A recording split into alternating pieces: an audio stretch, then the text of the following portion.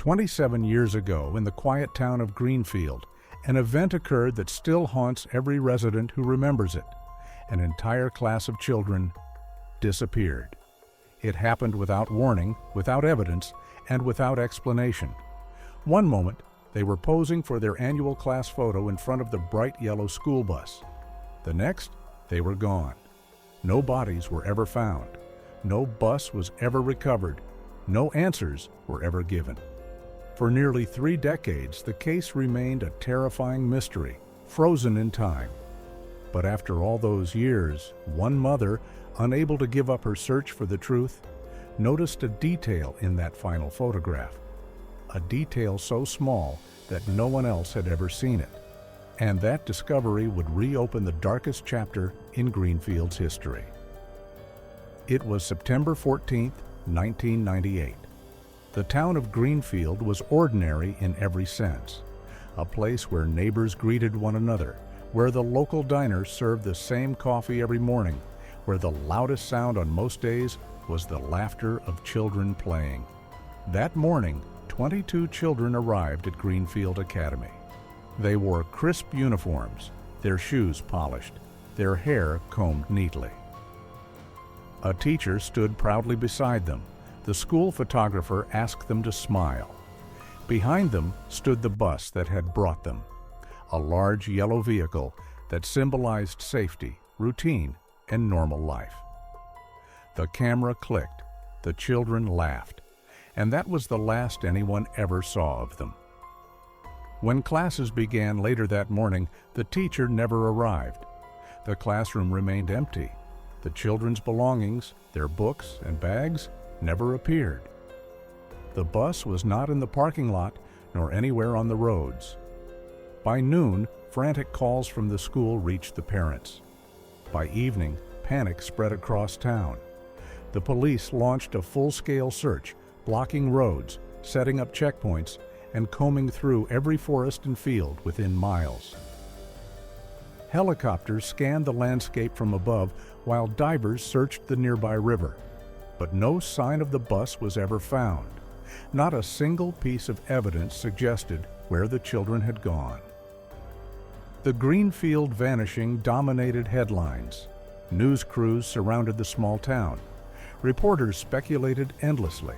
Some claimed the bus had been hijacked and driven across state lines. Others whispered about more sinister possibilities: organized crime, trafficking, even government cover-ups. But as days turned to weeks, no ransom note ever came. No suspects were identified. And slowly, hope began to fade. Parents clung to the only evidence they had left: the class photograph. They studied it endlessly, looking for clues in the smiles, the background, the faces of their missing children. But nothing stood out. It was just a normal picture. Ordinary, except for the tragedy it represented. Years passed. Families left Greenfield, unable to bear the memories. Houses were sold, businesses closed, and the town itself seemed to wither under the weight of the unanswered question: where had the children gone? Every year on the anniversary of the disappearance, the remaining families gathered with candles. They stood in silence, staring at the empty steps of the school, waiting for an answer that never came. 27 years later, most people had accepted that the truth would never be known. The case was officially cold. The files sat in dusty boxes in the police archives. But one mother never let go. She kept the photograph framed in her home. Day after day, she stared at it, refusing to believe it contained nothing. And then, one evening, while studying the image under a lamp, she noticed something strange. Behind the smiling faces of the children, near the edge of the bus door, there was a reflection. It was faint, almost invisible, but unmistakable. A dark silhouette. A figure that didn't belong to the teacher, the driver, or any of the children. The discovery sent shockwaves. If the figure was real, then someone else had been there that morning. Someone who had gone unnoticed in every report, every investigation. She brought the photo to the authorities. Using modern digital tools, they enhanced the image. And there it was, the outline of a person, half hidden, watching from inside the bus. With this new detail, the case was reopened. Detectives re-examined evidence, now armed with better technology. They searched old security tapes, revisited the bus company records, and tracked down the few remaining witnesses. Slowly, a picture began to form. The bus had not vanished randomly. It had been taken. Someone had planned it. Further digging uncovered something chilling. The bus driver hired that year had been using a false identity. His employment records were fabricated, his address was fake, and his background check had been incomplete. For decades, no one had realized it. Whoever he was, he had disappeared along with the children. As the investigation spread, whispers of a cover-up resurfaced.